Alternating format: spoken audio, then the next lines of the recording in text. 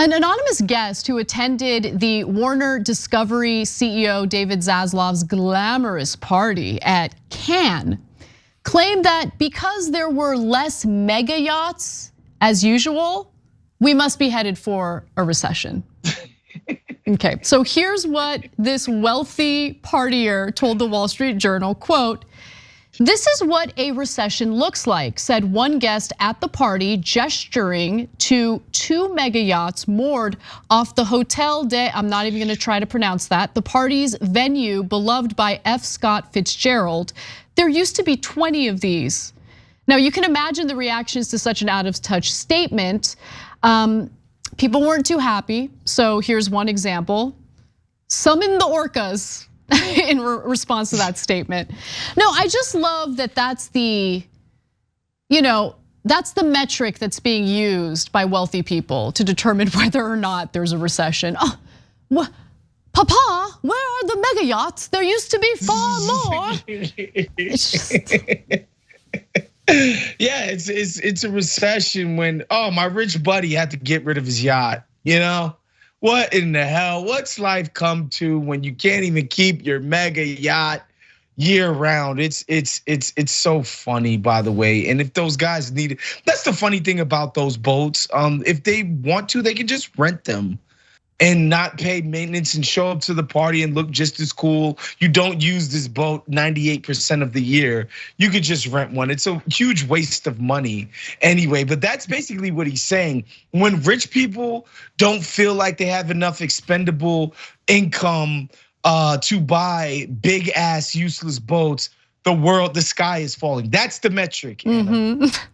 So by the way, just in case you guys missed the story we did about the orcas attacking boats off the coast of Spain, that's what that was a reference to in that tweet that we shared where the guy said, "Summon the orcas." So basically, bring the orcas. Let's F up these mega yachts that remain.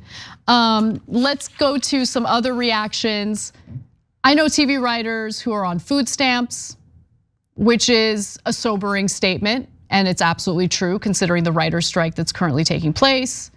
Another tweet, "Succession is ending this week, but it'll never really be over."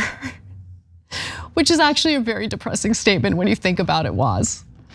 I mean, the out of touch nature of these people, of course, to become the CEO of Warner Discovery, like you can only imagine the sort of corporate backbiting and whatever that it takes, ruthlessness it takes to ascend to that position. I don't think you get to that position sort of being intimately knowledgeable of what's happening with the average everyday person. 1000%. As it relates to the recession and how it would adversely affect people's lives. It's gonna go a lot deeper than not having a really sick boat to hang out on in the south of France. Exactly, I mean, did you see, I didn't know about this until this week, mostly because I'm not really consuming a lot of news about the entertainment industry. But Zaslav scrapped a movie that was completed. It was ready to go, it was done. He scrapped it so he could have a write-off. Yeah. A write-off. The shareholders like that though. The shareholders love penny pinching. They don't care about art.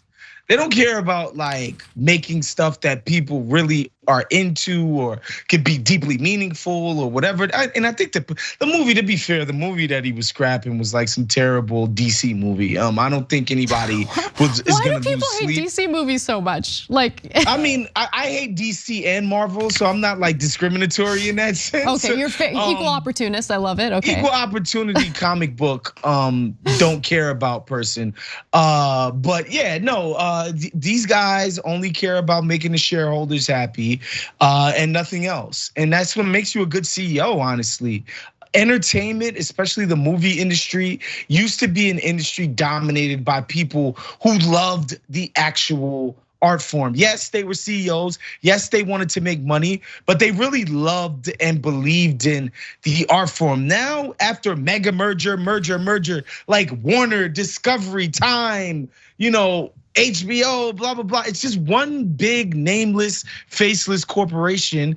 And it just redounds to zeros, man. That's it. It's really just accounting at this point in entertainment. One of the last businesses, mega businesses that wasn't sort of, and I don't want to get pie in the sky and like, oh, it was so beautiful and wonderful. Not that workers weren't getting exploited and stuff like that, but it wasn't this sort of hedge fund mentality when it came to running studios, right? But that's not the case anymore.